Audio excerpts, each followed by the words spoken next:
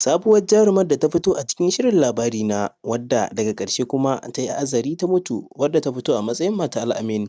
Shigowarta cikin shirin ya jawo cece-kuce a wajen al'umma. Ku ci gaba da bibiyar mu domin jin cikakken rahoton a wannan tasha tamu mai ɗimbin albarka, wato Hantsi Top TV. Assalamu alaikum wa rahmatullah, barkanmu da wannan lokaci, barkanmu da sake kasancewa da ku a cikin wannan tasha tamu mai ɗimbin albarka, wato Hantsi Top TV, wadda ta saba kawo muku zafafan labarai da rahotanni waɗanda babu yaudara ko ƙarya a cikinsu. Kada ku manta, idan wannan shi ne farkon shigowarku, ku danna mana subscribe, kana ku danna mana alamar ƙararrawar sanarwa domin sanar da ku da zarar mun ɗora sababbin shirye-shiryenmu. Mun gode da ziyartar wannan tasha tamu mai albarka. Sabuwar jarumar da ta fito a cikin shirin Labarina a matsayin matar Al-amin ta da, wadda daga ƙarshe ta yi hatsari da ita da iyalansa suka mutu.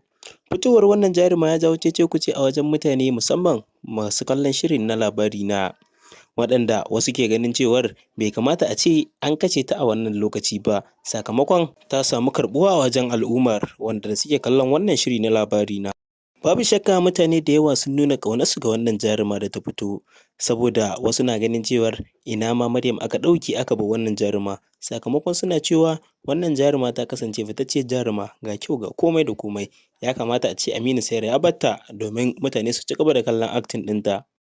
A tarihin cikin shirin Labarina, ba a taɓa samun jarumi ko jarumar da ya samu karɓuwa lokaci ɗaya ba sai akan wannan jaruma, domin kuwa ta fito ne a cikin episode ɗaya na cikin shirin, yayin da daga ƙarshe kuma aka nuno mutuwarta, alamar kenan ba za a ƙara bayyana ta ba.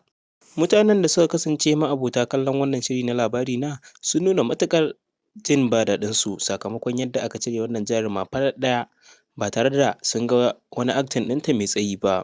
Mutane da dama sun nuna soyayyarsu ga wannan jaruma, kamar yadda ba a taɓa nuna wani jarumi a cikin shirin ba, saboda ta fito ne a cikin episode guda ɗaya amma kuma ta samu ɗimbin masoya.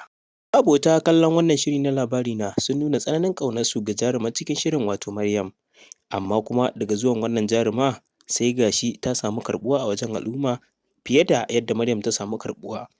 Wannan na zuwa ne daga bakin al'ummar da suke kallon wannan shiri na Labarina, domin kuwa sun nuna matuƙar jin ba daɗinsu da yadda aka cire wannan jaruma a cikin shirin. Wasu da dama na fatan cewar daraktan wannan shiri, wato Aminu Saira, zai dawo musu da jarumar nan, yayin da wasu kuma ke cewa tun da aka riga aka nuno ta mutu, to babu dalilin da zai sa ta dawo. Amma dai mutane da dama na so wannan jaruma ta dawo ta ci gaba da acting, sakamakon sun nuna ƙaunarsu a gare ta. Kada dai ku sha'afa, wannan na zuwa muku ne daga tashar ku mai farin jini, wato Hantsi Top TV, tashar da ta saba kawo muku zafafan labarai da rahotanni waɗanda babu yaudara ko ƙarya a cikinsu.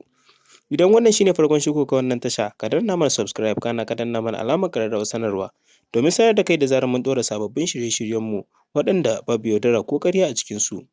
Ku ci gaba da bibiyar wannan tasha tamu domin jin zafafan labarai waɗanda ke zagaye da ko birni da ƙauyuka har da ma na ƙasashen waje. Mun gode da ziyartar wannan tasha tamu mai ɗimbin albarka. Hantsi Top TV taku ce. Hantsi Top TV, gidan sahihan labarai. Ku danna mana subscribe, kana ku danna mana alamar ƙararrawar sanarwa domin sanar da ku da zarar mun ɗora sababbin shirye-shiryenmu.